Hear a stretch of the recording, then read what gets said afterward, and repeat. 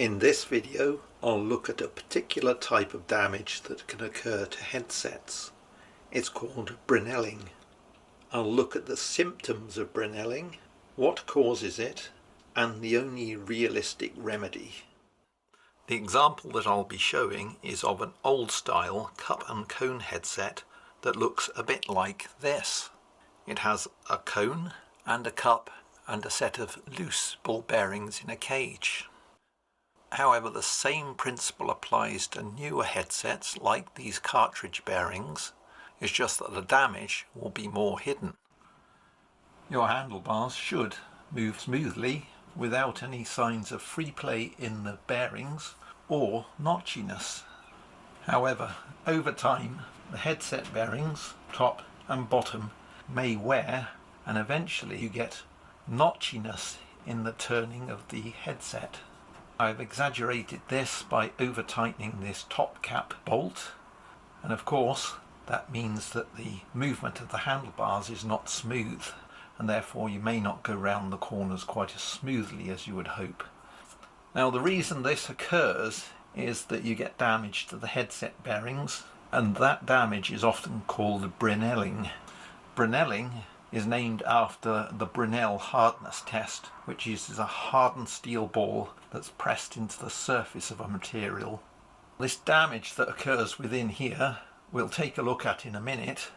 Now, unlike the Brinell hardness test, which just pushes the ball into the material, the damage in here is most likely caused by rolling fatigue.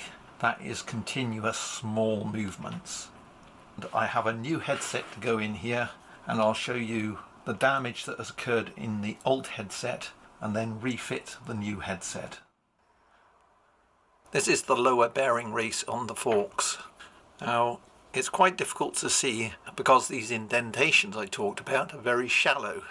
But if you look on here, you may be able to just see some small dents in that race.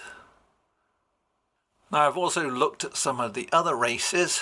This is the top headset bearing race, and again it's difficult to see any Brinelling. In fact, I would expect it to be less severe on the top headset bearing because it doesn't undergo any compression loading apart from the preload on the bearing. So for instance, when you go over a bump, it will release the force instead of increasing it. This is the lower headset bearing, and I'm struggling. Oh, there you can see indentations. In fact, you can see a few more of them there. When you tighten the headset, the ball bearings try to find their way into those small indentations, and of course then they don't want to come out. So that's what causes the notchiness of the headset bearings. With the right equipment, you could reclaim a damaged headset. However, for most people, the cheapest and only realistic option is to put a new headset in, and that's what I'm going to do here. Right, I've just fitted the new headset, and now it turns lovely and smoothly. Slightly tight at the moment because there are new seals in here and they'll need to wear in, but once that happens, that'll turn very freely.